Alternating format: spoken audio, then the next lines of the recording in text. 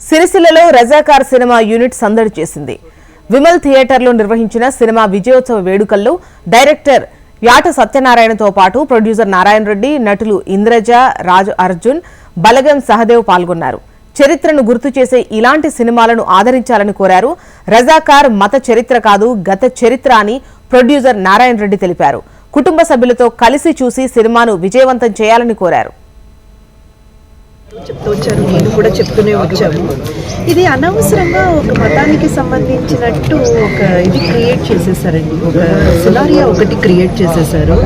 యాక్చువల్గా అలా కాదండి. ఇప్పుడు సర్దార్ వల్లభాయ్ పటేల్ మన ఇండియాని ఒక యునైటెడ్ ఇండియాగా చేశారు, అది నిజమే కదా. రజాకర్లు చేసిన అట్రాసిటీస్ నిజమే కదా.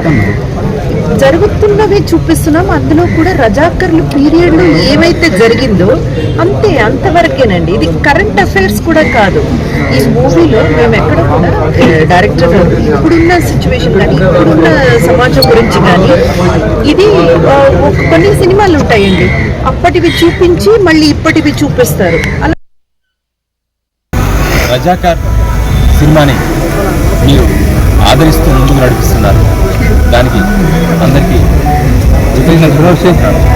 ముఖ్యంగా రజాకార్ సినిమా గురించి ఒక విషయం మీకు చెప్పదలుచుకున్న ఈ మీడియా ద్వారా, రజాకార్ అంటే మత చరిత్ర కాదు, గత చరిత్ర, ఘనమైన చరిత్ర, మన హైదరాబాద్ సంస్థానంలో మన పూర్వీకులు జరిపిన పోరాటానికి సంబంధించిన చరిత్ర మాత్రమే.